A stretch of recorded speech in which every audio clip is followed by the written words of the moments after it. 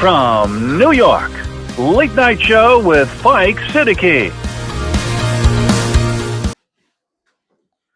Bismillahirrahmanirrahim. Allahumma salli ala Muhammadin wa ala ali Muhammad. Welcome to the show.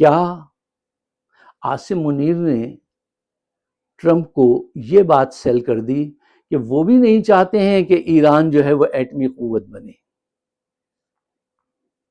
ٹھیک ہے. اچھا، knowledge کا جہاں تک تعلق ہے، اس میں کوئی شک نہیں، حافظ جی کا جو میموری ہے وہ بہت شارپ ہے. 2019 میں بھی یہ گئے تھے ایران، ٹھیک ہے نا، اور وہاں کسی سے الجھ بھی گئے تھے، الجھ بھی جاتے ہیں حضرت، ٹھیک ہے. اچھا، ابھی بھی گئے تھے مئی میں اسی سال کے، ایران گئے تھے، اور ان کے پاس بڑی زبردست، دیکھیں ایک تو کتنا لمبا ہمارا بارڈر ہے، ہمارے تعلقات ہیں، ہمارا بہت کچھ ہے، ٹھیک ہے نا.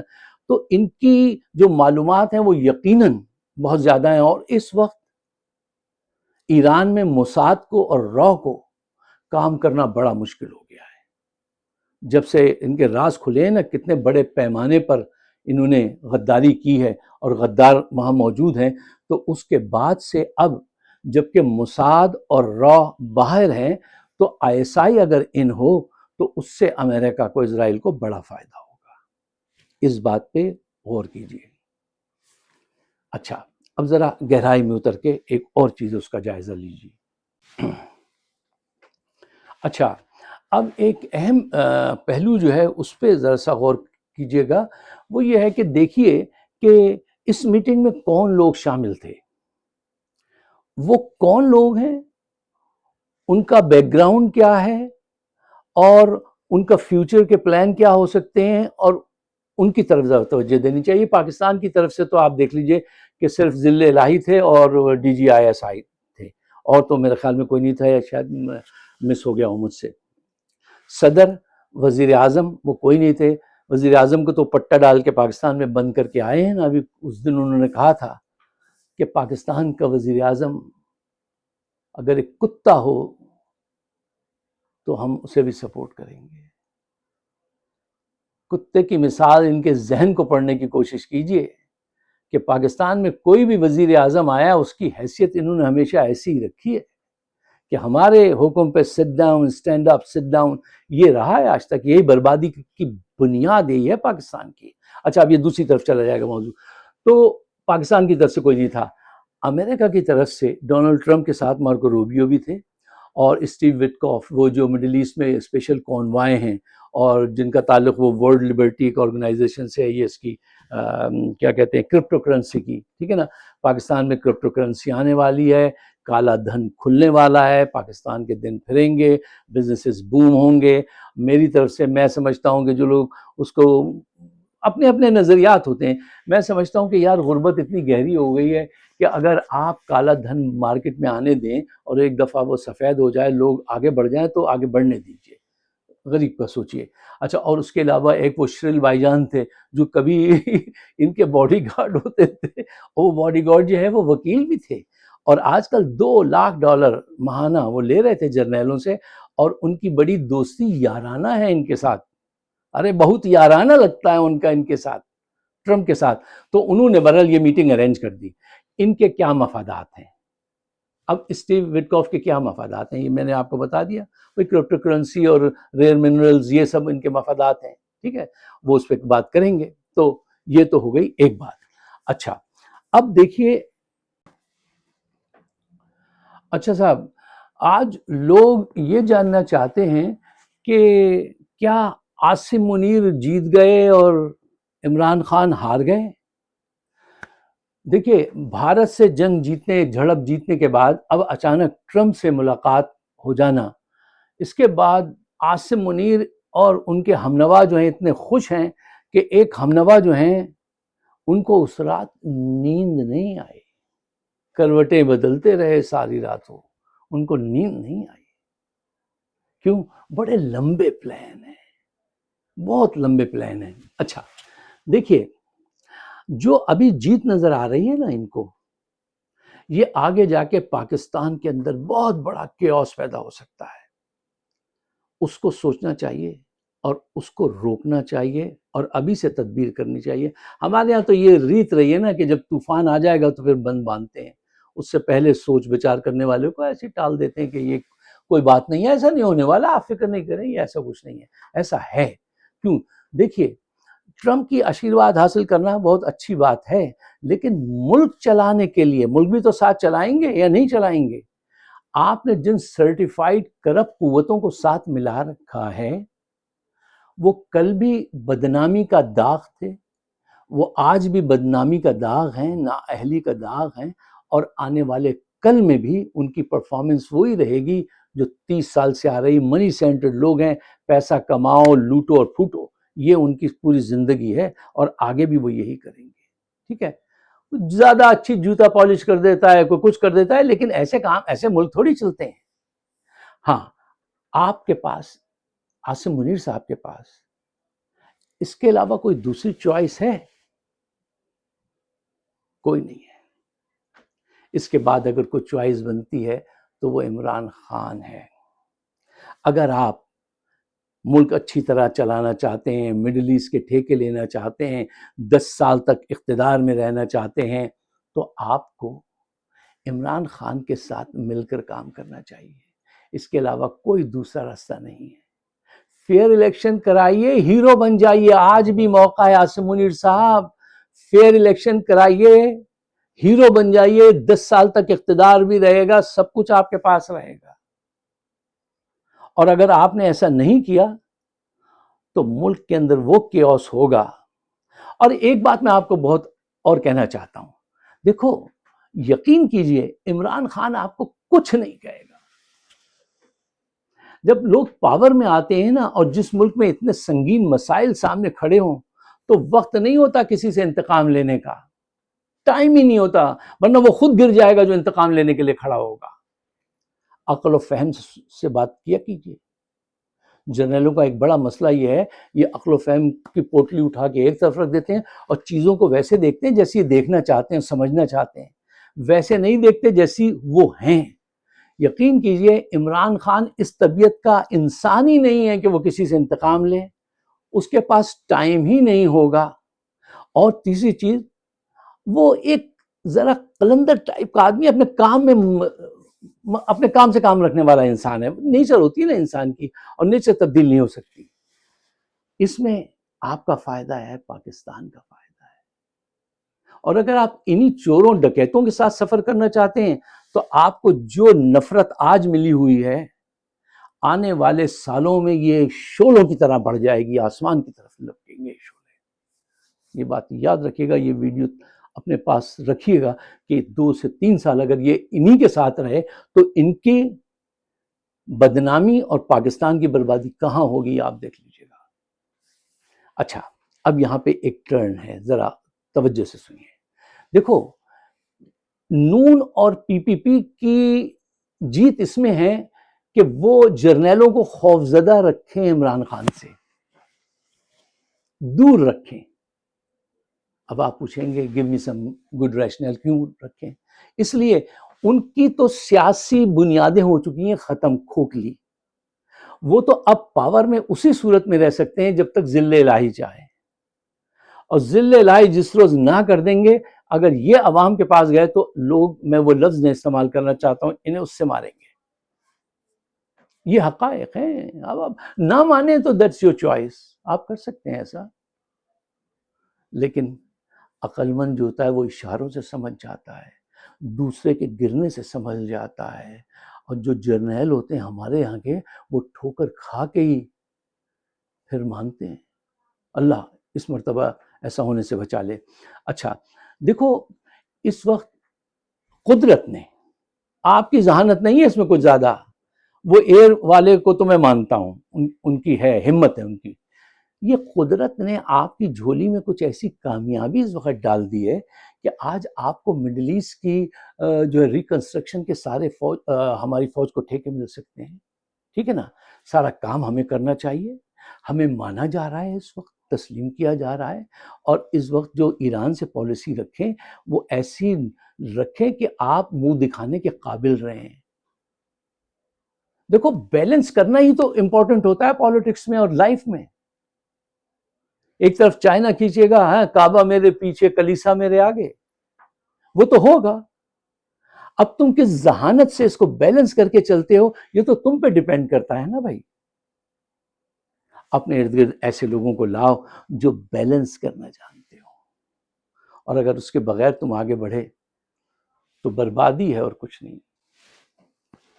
اچھا صاحب، ٹائم چونکہ زیادہ ہو جاتا ہے تو میں چند پوائنٹس آخر میں پاکستان اور ایران کے ریلیشن شپ سے متعلق آپ کو دینا چاہتا ہوں۔ آپ ان کو اگر پسند کیجئے تو اس کو شیئر ضرور کیجئے گا، ہمارا چینل بھی سبسکرائب کیجئے گا۔ دیکھیے، آپ پاکستان اور بھارت کے درمیان میں اختلافات جو ہے وہ پیدا کیے جائیں گے، شیعہ سنی فساد برپا کرایا جائے گا۔ دیکھیے، ہمارے درمیان میں فکری اختلافات تو ہیں، ہماری اپروچز جو ہیں زندگی میں وہ مختلف ہیں، اور لیکن ان کو ہم ایک حد تک سمیٹ سکتے ہیں۔ پوائنٹ نمبر 1، پاکستان ایران ہم مذہب، دو پڑوسی، سیاسی فکری طور پہ مختلف ڈائریکشن میں جاتے ہیں، ٹھیک۔ پوائنٹ نمبر 2، دونوں کو مذہب جوڑتا بھی ہے توڑتا بھی ہے، اور سیاست، دوسروں کی سیاست اس بنیاد پہ ہمیں تقسیم کرتی ہے۔ مذہب ہمیں جوڑتا بھی ہے توڑتا بھی ہے، اور دوسرے اس کو سیاسی طور پہ ہمارے درمیان میں اس کو استعمال کر کے ہمیں تقسیم کرتے ہیں۔ پوائنٹ نمبر 3، ہمارے درمیان ایک دوسرے پر اعتماد کا فقدان ہے۔ پوائنٹ نمبر 4، ایران بھارت کے قریب ہوتا ہے تو الٹیمیٹلی پھر پاکستان دور ہو جاتا ہے۔ پوائنٹ نمبر 5، ایران اسرائیلی دشمنی میں بہت پکا ہے۔ پوائنٹ نمبر 6، پاکستانی حکومت اگر کوئی اسرائیل، یہ خاص کر کے یہ حکومت، پہلے ایسا نہیں تھا، اگر کوئی اسرائیل کے ظلم مظالم کے خلاف آواز اٹھائے تو اس کی تشریف پہ ڈنڈے مار مار کے جیل میں بند کر دیتی ہے، اور اوپر یہ بیان دیتی ہے کہ ہم مظلوم فلسطینیوں کے ساتھ کھڑے ہیں۔ یعنی پوائنٹ نمبر 7، دونوں مسلمان ہیں، ایران بھی پاکستان بھی، ایک سیدھا مسلمان ہے اور ایک منافق مسلمان ہے، جو ہم ہیں، ہم سے مراد ہماری ڈیسیجن میکرز، عوام نہیں۔ اور یہ جو ہے جو کرنٹ والے ہیں وہ یہ تو ید طولہ رکھتے ہیں منافقت میں، لوگوں کو فلسطین کی حمایت، مظلوموں کی حمایت میں اتنا مارا، اس پہ گاڑی چڑھا دی انہوں نے۔ وہ سینیٹر مشتاق اتنا پیٹریوٹک آدمی، اتنا اچھا آدمی، اس کو بند کیا ہوا ہے۔ اسرائیل کی حمایت کرو گے تو پٹائی کریں گے، اچھا اس سے تمہارا ایسا رشتہ ہے۔ اور ان مظلوموں کا جن کے لیے تم کہتے ہو تمہارے بھائی، کوئی بھائی نہیں، کھلی منافقت ہے۔ خاص کر کے اس گروپ میں جو جرنیلوں کا آج ہے، اس کی نظر صرف ایک ہے، ریکو ڈک کے خزانے پتھر چمک رہے ہیں، وہ جو منرلز ہیں چمک رہے ہیں، لمبا اقتدار چاہیے ہے، قوم کو دیکھ لیا، مایوس کر دیا ہے، مار مار کے بند کر کے، ٹھیک ہے نا، اور جج کر لیا ہے کہ سوائے کے پی کے اور کسی صوبے میں یہ جان نہیں ہے کہ وہ اٹھ کے جو ہے ٹیبل پلٹ دے اور آگے نکل جائے اور چینج لے آئے، نہیں ہے، جان نہیں ہے۔ اور کب ثابت کرتے؟ اچھا لیڈر ملا، دبنگ لیڈر ملا، سچا لیڈر ملا، قوم اس معیار پہ پوری نہیں اتری۔ افسوس افسوس افسوس، تاریخ لکھے گی کہ یہ ایسی قوم تھی جس کی میجورٹی صرف پیسے سے پیار کرنے والے لوگ ہیں، صحیح طریقے سے ہو، غلط طریقے سے ہو، ناجائز طریقے سے ہو، اور اپنے حقوق کے لیے بھی زیادہ کچھ کہتے ہیں، کوئی گال نہیں یار، ہنجھل رہے، کوئی گال نہیں، ایسا ہوتا رہتا ہے بابا، صحیح، یہ تو سب نصیب کی بات ہے نا، وہ بڑے رائے ہم غلام ہے نا، اللہ نے بنایا بابا ایسا۔ یہ سوچ جن لوگوں کو اپنی زنجیروں سے، غلامی کی زنجیروں سے پیار ہو جائے، وہ زنجیریں وہ آزاد نہیں ہوتے، وہ زنجیریں خود تھوڑی ٹوٹتی ہیں، توڑنی پڑتی ہیں، اور یہ توڑنے کے لیے تیار نہیں ہیں، یہ قوم وہ زنجیریں توڑنے کے لیے تیار نہیں ہیں، اور تاریخ لکھے گی ایسا ہوا تھا، یہ جرنیل تھے، انہوں نے ایسے ایسے سودے بازی کی تھی، یہ لیڈر تھا، اس نے ایسے ایسے وقت گزارا تھا اور ایسے اسٹیڈ فاسٹ تھا، اور یہ قوم تھی۔ یہ حقائق ہیں، اب آپ کو برے لگیں گے، کچھ کو برے لگیں گے، کچھ کو اچھے بھی لگیں گے، جن کو اچھے لگیں ان کو چاہیے آگے بڑھائیں اس بات کو، اور جن کو برے لگیں گے میں ان سے کہتا ہوں یار سوچو، تم آگے نہیں بڑھانا، لیکن سوچو ضرور کہ میں کیا کہہ رہا ہوں۔ مولا علی نے کہا تھا یہ مت دیکھو کون کہہ رہا ہے، یہ دیکھو کیا کہہ رہا ہے۔ شاید اللہ کوئی راہ نکال دے، تمہارے جو بند سوراخ ہیں عقل و فہم کے کھل جائیں۔ آپ سب کا بہت بہت شکریہ۔ مجھے ہمارے چینل کو سبسکرائب کیجیے اور برائے مہربانی مجھے اپنے کمنٹ سے بھی نوازیے گا۔ خدا حافظ۔